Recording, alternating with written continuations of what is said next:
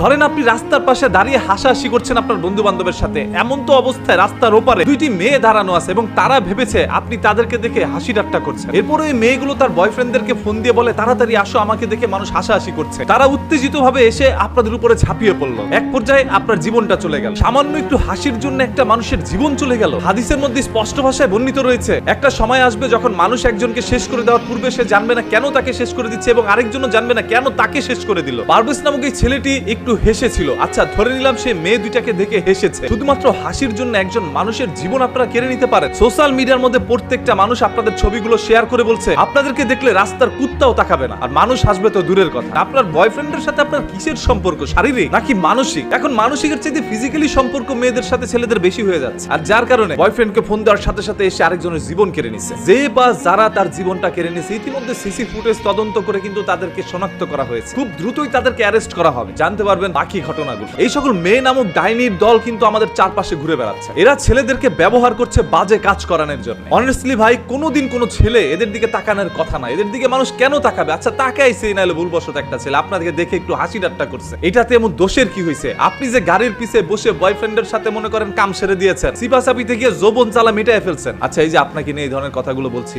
আপনি হয়তোবা ভিডিওটা দেখবেন, আপনার কি লজ্জা লাগে নাই? এখন তো আবার আপনার বয়ফ্রেন্ডকে পাঠাবেন আমাকে দুনিয়া থেকে শেষ করে দেওয়ার জন্য। পারভেজ যদি হেসে জীবন দিতে পারে, আমরা সত্য প্রকাশ করে তারপর জীবন দিব। তবে মনে রাখবেন, এই পৃথিবীতে পারভেজ একা নয়, আমরা সবাই একত্রে রয়েছি। সোশ্যাল মিডিয়া এটা নিয়ে যেভাবে পোস্ট করে প্রতিবাদ করা হচ্ছে, সেইভাবে অফলাইনে এটা নিয়ে প্রতিবাদ করা হবে। সেই সকল মানুষ বেশি হাইনার দলগুলোকে আর রেহাই দেওয়া যাবে না। এরা মানুষ হইতে পারে না। বিশ্ববিদ্যালয়ের মধ্যে পড়াশোনা করে বয়ফ্রেন্ড জ্বালায় গেছে ভাই। এই যে এদেরকে যারা বিয়ে করতে চাচ্ছেন, জামাইয়ের আর কোনো কাজ নাই, সব কাজ ওই বয়ফ্রেন্ড করে দিছে। বাংলা ভাষা বুঝতে পারছেন? বয়ফ্রেন্ডকে ধরে রিমান্ডে নেন, কতবার কোন জায়গায় কিভাবে করছে সবকিছু বেরিয়ে আসবে। যদি বয়ফ্রেন্ডের সাথে ওই সকল আদান প্রদান সম্পর্ক নাই থাকতো, শুধুমাত্র একজন বান্ধবীর জন্য এসে একটা ছেলের জীবন নিয়ে নিত না। জীবন নেওয়া কতটা সস্তা হয়ে গেছে তাদের কাছে। অপরাধী যেই হোক না কেন, আমরা তার সাজা প্রকাশ্যে কঠিন থেকে কঠিন ভাবে চাই, যাতে করে বাংলার মাটিতে এরকম কোনো পারভেজের জীবন না যায়। আপনাদের প্রত্যেকের কাছে একটা বিনীত রিকোয়েস্ট ভাই, ভিডিওটা শেয়ার করে দেন। আপনার না বলতে পারা কথাগুলো আমি আমার কণ্ঠস্বরের মাধ্যমে সবার কাছে পৌঁছে দিলাম। অনেকে তো মনে মনে প্রতিবাদ করেন যে আমি যদি এখন প্রতিবাদ করতে যাই পারভেজের মতো করে, যদি তারা এসে আমার উপর ঝাঁপিয়ে পড়ে আমার জীবনটাও নিয়ে নেয়, আমি আমার জীবন নিয়ে পরোয়া করি। শুরু থেকে এই পর্যন্ত